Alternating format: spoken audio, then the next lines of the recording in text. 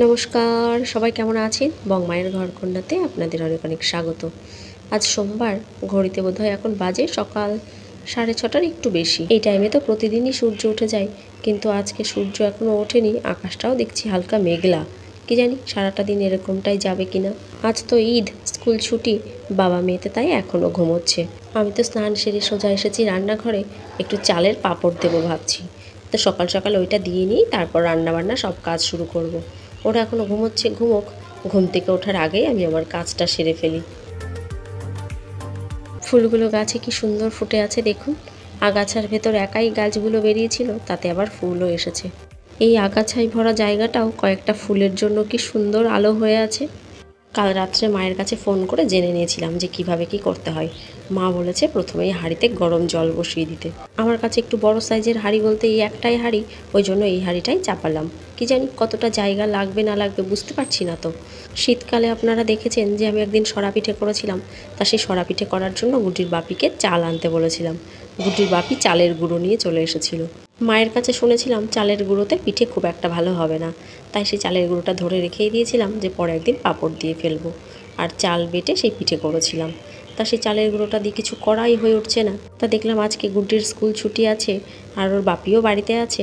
আজকেই সব থেকে ভালো সুযোগ এইটা করার। রান্নার কোনো তাড়া নেই, ধীরে সুস্থে পরে রান্না করব। ওদিকে হাঁড়িতে জল গরম হচ্ছে, জলের ভেতর খানিকটা নুন দিয়ে দিয়েছি। আর এদিকে ঠান্ডা জল দিয়ে চালের গুঁড়োটাকে ভালো করে গুলিয়ে নিলাম। আমার মাকে দেখতাম আগের দিন চাল ভিজিয়ে রাখতে, সেই চাল শিলনোড়ায় বেটে তারপর সেটাকে জলে ফুটিয়ে পাঁপড় দিতে। কিন্তু আমি তো চালের গুঁড়ো দিয়ে দিচ্ছি, কি জানি কেমন হবে। এই যে এবার এই গোলাটাকে গরম জলের ভেতর আস্তে আস্তে ঢালতে হবে, আর এক হাত দিয়ে সমানে নাকি নাড়তে হবে। এই নাড়াটা থামালেই নাকি চালের গুঁড়ো দলা পেকে যাবে। 1 মিনিটও তাই থামা যাবে না। মা যতবারই পাঁপড় দিয়েছে, পাঁপড় বসানোর সময় মাকে হেল্প করেছি, কিন্তু এইটা কিভাবে করতে হয় এইটা কোনোদিন দেখেছিলাম না, তাই আবার কালকে ফোন করে শুনে নিয়েছি। এই দেখুন কি সুন্দর ঘন হয়ে এসেছে, আর একটু কিন্তু দলা পাকেনি। ব্যাস, খুব বেশি আর ঘন করব না, ওপরে একটু কালো জিরে দিয়ে দিলাম। এবার এটাকে একটু নাড়িয়ে নিই। ঠান্ডা হওয়া পর্যন্ত অপেক্ষা করতে গেলে অনেকটা দেরি হয়ে যাবে। ওরা সবাই উঠে পড়বে, চায়ের জন্য তাড়া দেবে। তাই ভাবছি গরম গরম এই চামচ দিয়ে বসাতে শুরু করি। এবার থালাগুলোতে তেল মাখিয়ে নিই ঝটপট করে। ভাত খাওয়ার জন্য আজকে আর থালা পাওয়া যাবে না, সবকটা থালা এখানে নিয়ে নিয়েছি। যেটুকু চালের গুঁড়ো ছিল আমি তো আজকে অর্ধেকটা করেছি, পুরোটা করলে যে কী সর্বনাশ হতো। আমি জানছি যে চালের গুঁড়ো জলে পড়লে একটু ফুলবে, কিন্তু এতটা ফুলে যাবে তা তো বুঝতে পারিনি। সব কটা থালাতে দিয়েও বোধহয় শেষ হবে না, হাঁড়িতে যতটা আছে। দুটো থালাতে একে ঢেলে দেব। বড় পাঁপড় হবে, সেটা থেকে ভেঙে ভেঙে নেওয়া যাবে। অবশ্য রোদে পড়লে একাই ফেটে যাবে। বাকিগুলোতে চামচ দিয়ে দিয়ে বসাবো। এই চৈত্র বৈশাখ মাসের যে চড়া রোদ, এই চড়া রোদের থেকে ওই পৌষ মাঘ মাসের যে মিষ্টি রোদটা, ওই রোদেই বড়ি পাঁপড় ভালো হয়। কিন্তু আমার তখন মাথায় নেই, চালের গুঁড়োটা রেখেছি পাঁপড় দেবো বলে, কিন্তু ভুলে গেছি। সব কটা থালাতেই দেওয়া কমপ্লিট, কিন্তু তবুও শেষ হলো না। তাই এই শাড়িটি নিয়ে ছাদে চলে এসেছি। এটি একটি সিল্কের শাড়ি, এটার উপরেই এখন দিচ্ছি। কি জানি উঠবে কি না সেটাও একটা চিন্তা হচ্ছে। থালায় যেমন তেল মাখিয়ে নিয়েছি, শাড়িতে তো আর তেল মাখানো সম্ভব না। এখন অনেকটা ঠান্ডা হয়ে গেছে, ওই জন্য আবার হাত লাগিয়েছি। হাত দিয়ে না করলে কি আর এগোই। যেহেতু এখন একটু মেঘলা মেঘলা হয়ে আছে, ছাদে রোদটাও আসেনি, ওই জন্য কিন্তু বসে বসে দিতে বেশ আরামও লাগছে। রোদ উঠে গেলে তো বসে এসব দেওয়াই যায় না। এসব মায়েদের থেকেই শেখা। মায়েদেরকেও এসব বড়ি দেওয়ার কাজ দেখতাম খুব সকাল সকাল শুরু করতো, যাতে ছাদে রোদ না আসে, বসে দিতে কষ্ট না হয়। ছাওয়ায় আরাম করে বসে দিয়ে নিত, তারপর যখন রোদ উঠতো, সারাদিনকার রোদটা তখন সেই বড়িতে লাগতো। এতটা গরমে কোন সকালে রান্না করেছি টুকুস করে, আস্তে করে টুকুস করে। হ্যাঁ বাহ, দারুণ হয়েছে।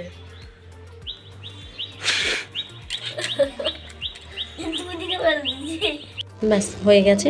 এবার থালাগুলোকে সব টেনে টেনে ছাদে নিয়ে আসতে হবে। ব্যাস, সকাল সকাল আমার একটা বড় কাজ হয়ে গেল। এবার এরা ব্রাশ করুক, আমি ওদিকে চা বসাই। চা খেয়ে তারপর আবার রান্না শুরু হবে। বাকি চালটুকুনি গুড্ডির যেদিন আবার স্কুল ছুটি থাকবে সেদিন আবার দেবো।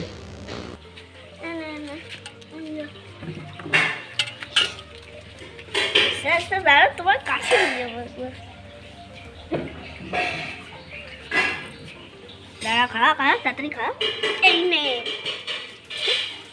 যা, এই তো যা রে, আসবে না দেখবি। খুদে খুদে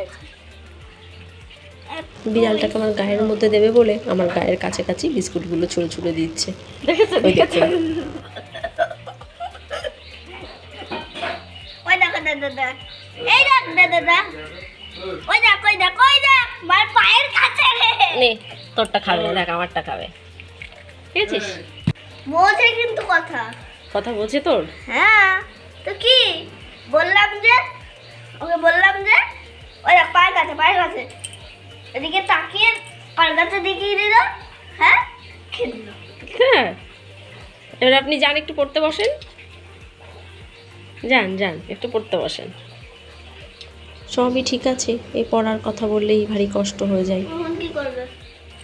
চোখটা খোল, ওই দেখ ফটো তুলছে। চোখটা খোল, চোখটা খোল।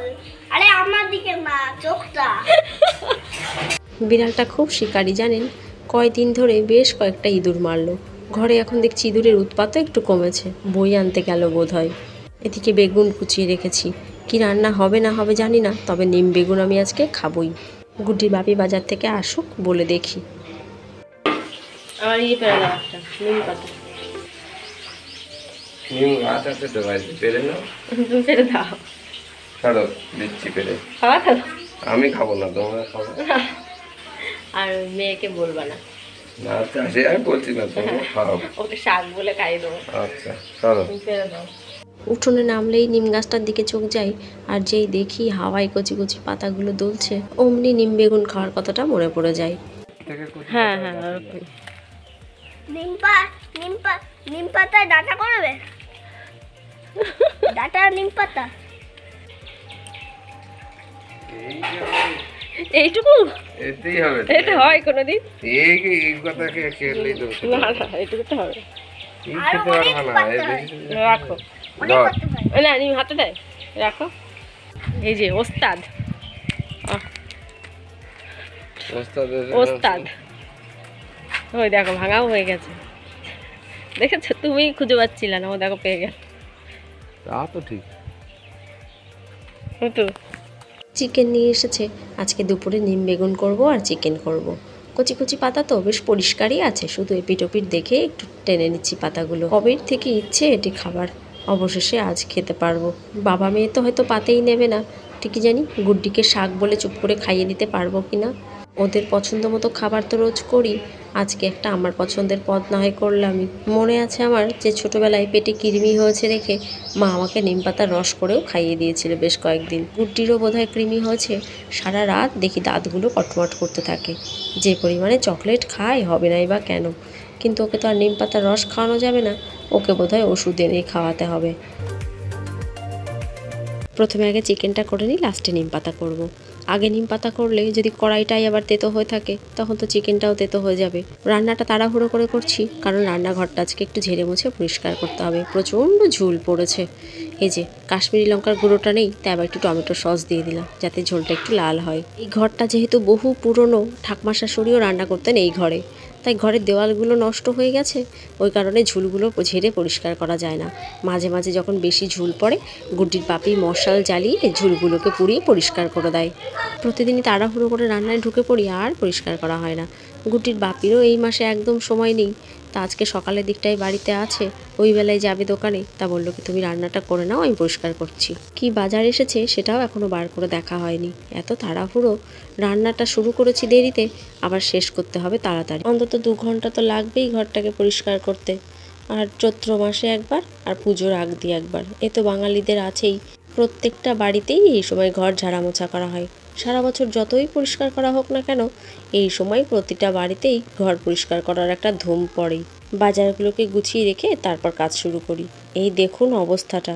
আপনাদের তো বলি যে আমাদের রান্নাঘরে একটু ইঁদুরের উৎপাত আছে, তা গুটির বাপি বলল ফ্রিজটাকে একটু সামনে টেনে পেছনটা পরিষ্কার করে দিই।